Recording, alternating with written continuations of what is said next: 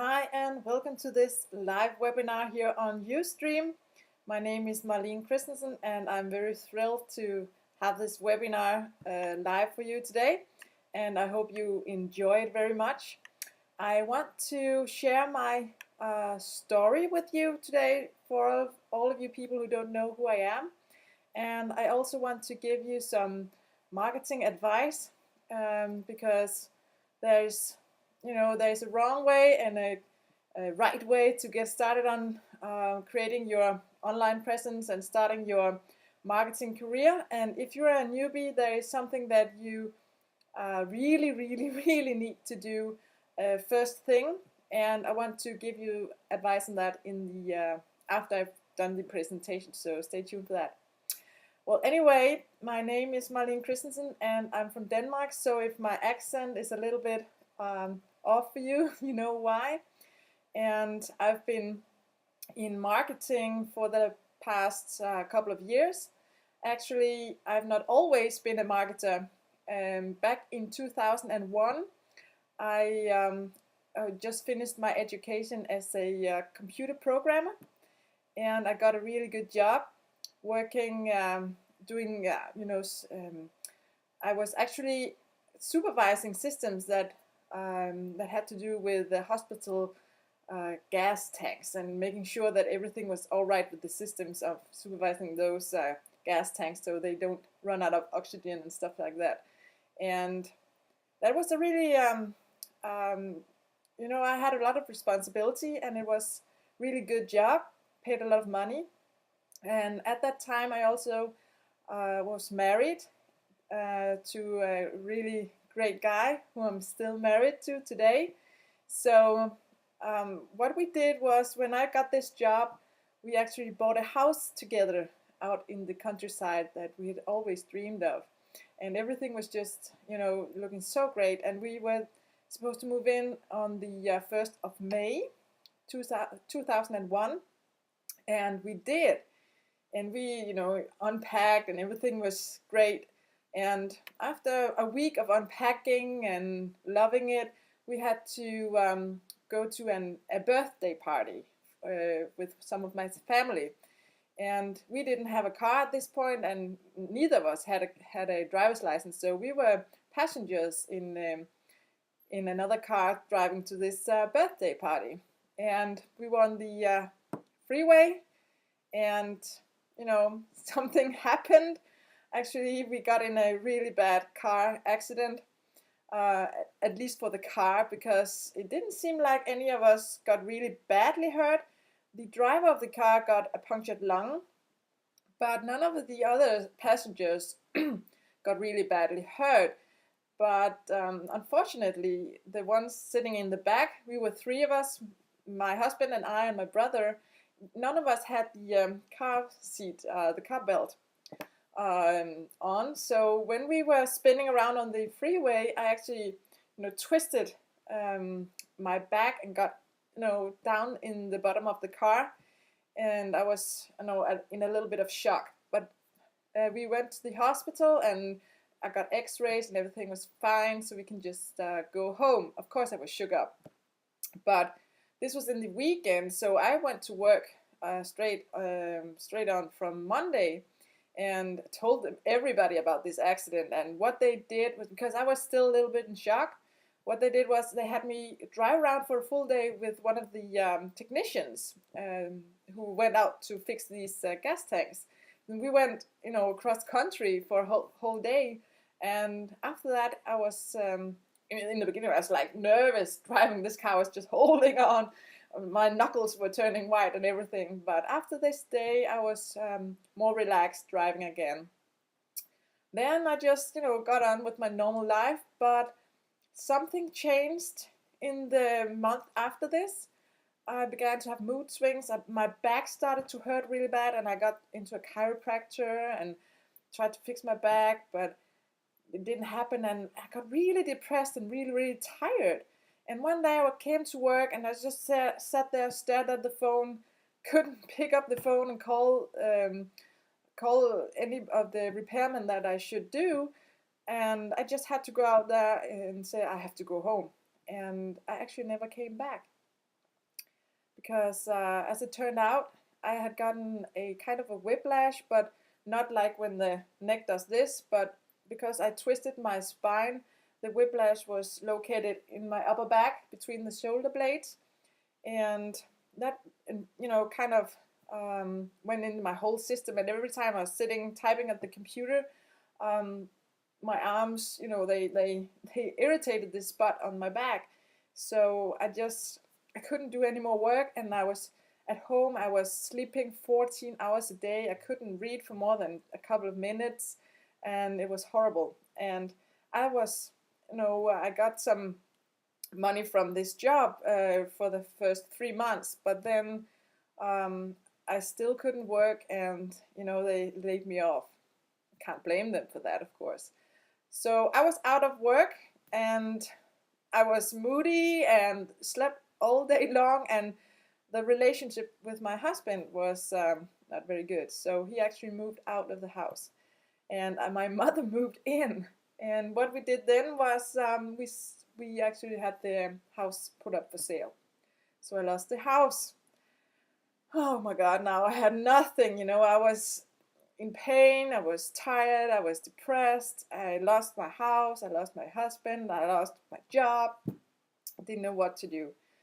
But I was like determined not to go down the drain like that.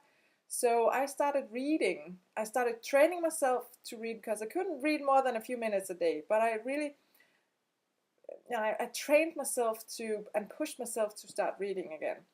And what I did was I went to the library and read everything about metaphysics, psychology, self-help, personal development, and that helped me move forward. Then I had some money from the insurance from the car accident. So what I did was I paid for a healing education. So I became a healer. And most healers actually become healers because they need to heal themselves. So what I did, I tried to help others with healing, and it was really great. But the one who really needed healing was me. And I finally started getting feeling a little bit better. And the relationship with my husband, um, even though he was moved out of the house, we still saw each other, and it finally got to a point where we wanted to move back together again. And also at this time, I got pregnant, and I gave birth to this beautiful boy. And something happens with the body when you are in this enormous pressure from giving birth. Actually, it relaxed my muscles, and some of the stress from the car accident that was still in my body actually drained out of it during this exercise of giving birth. So I actually got a little bit better after giving birth, but still something was off. And I searched the internet, and at some point I found out about some of the symptoms that I had was similar to post-traumatic stress disorder. So I went to the specialist and I got a test, and actually I also had post-traumatic stress syndrome, just like when people go to war and they experience war. So it wasn't as severe as that, of course, but when you come from a car accident and your body is in shock, it's kind of the same thing that happens to a part of your brain. The reptile brain is kind of like in flight or fight mode all the time, and it's really stressful. And that was why I was so tired all the time, and I had all these mood swings. So then she did some exercises with me, and it really, really helped. It was really weird, but it helped. So I was, feeling even better.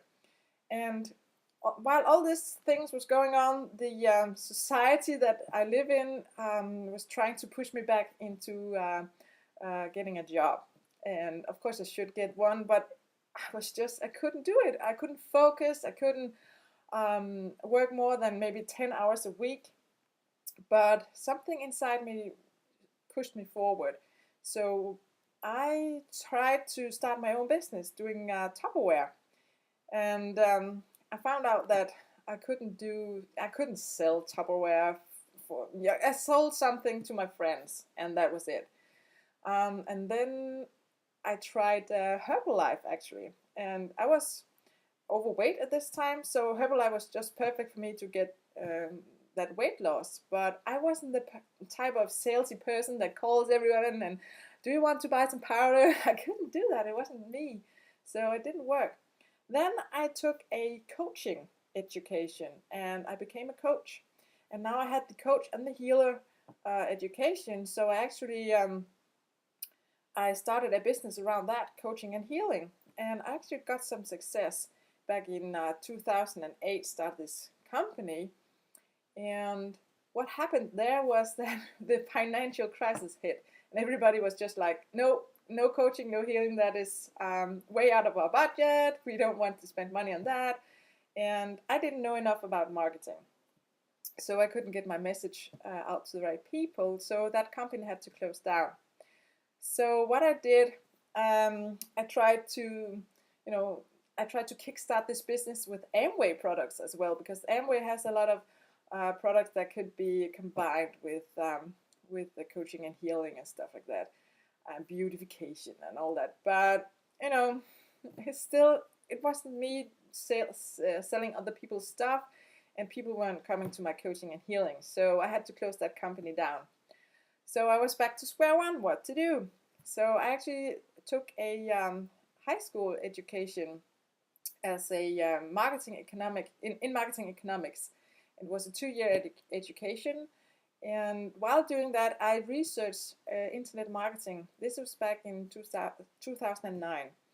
And I started investigating what this internet marketing was all about and how I could reach people simple and easy online. And it was really fascinating to me because I was a computer programmer and I loved sitting behind my computer and, investigating all of this marketing. Everything just seemed to come together, and I knew I was onto something. So I created my first product in 2010 and had it on ClickBank. But first time is not always the best. Sometimes you have to make mistakes to make it better, right? So my product didn't sell anything. So instead, what I did was I used it on giveaway events to build a list, because I was told, you have to have a huge list. And I actually got a pretty big list out of that. But I wasn't selling anything. There wasn't coming money. Money wasn't coming in. So what I did was I was just, this is too much. I don't want to do this. So I quit internet marketing. Oh my God, what to do with all this knowledge? And I spent all this time. But then there was this Danish successful woman who has done something with called the Millionaires method here in Denmark. And she was looking for an assistant, a marketing assistant. So I applied for the job actually a few hours before the deadline because I saw it so late. But I did a video presentation of what I was able to do and my skills and all that. And she called me the next day and actually got the job. So for 1 full year, I was videotaping all of her educations. I was putting everything up online. I was doing websites, sales funnels, Facebook ads, you name it.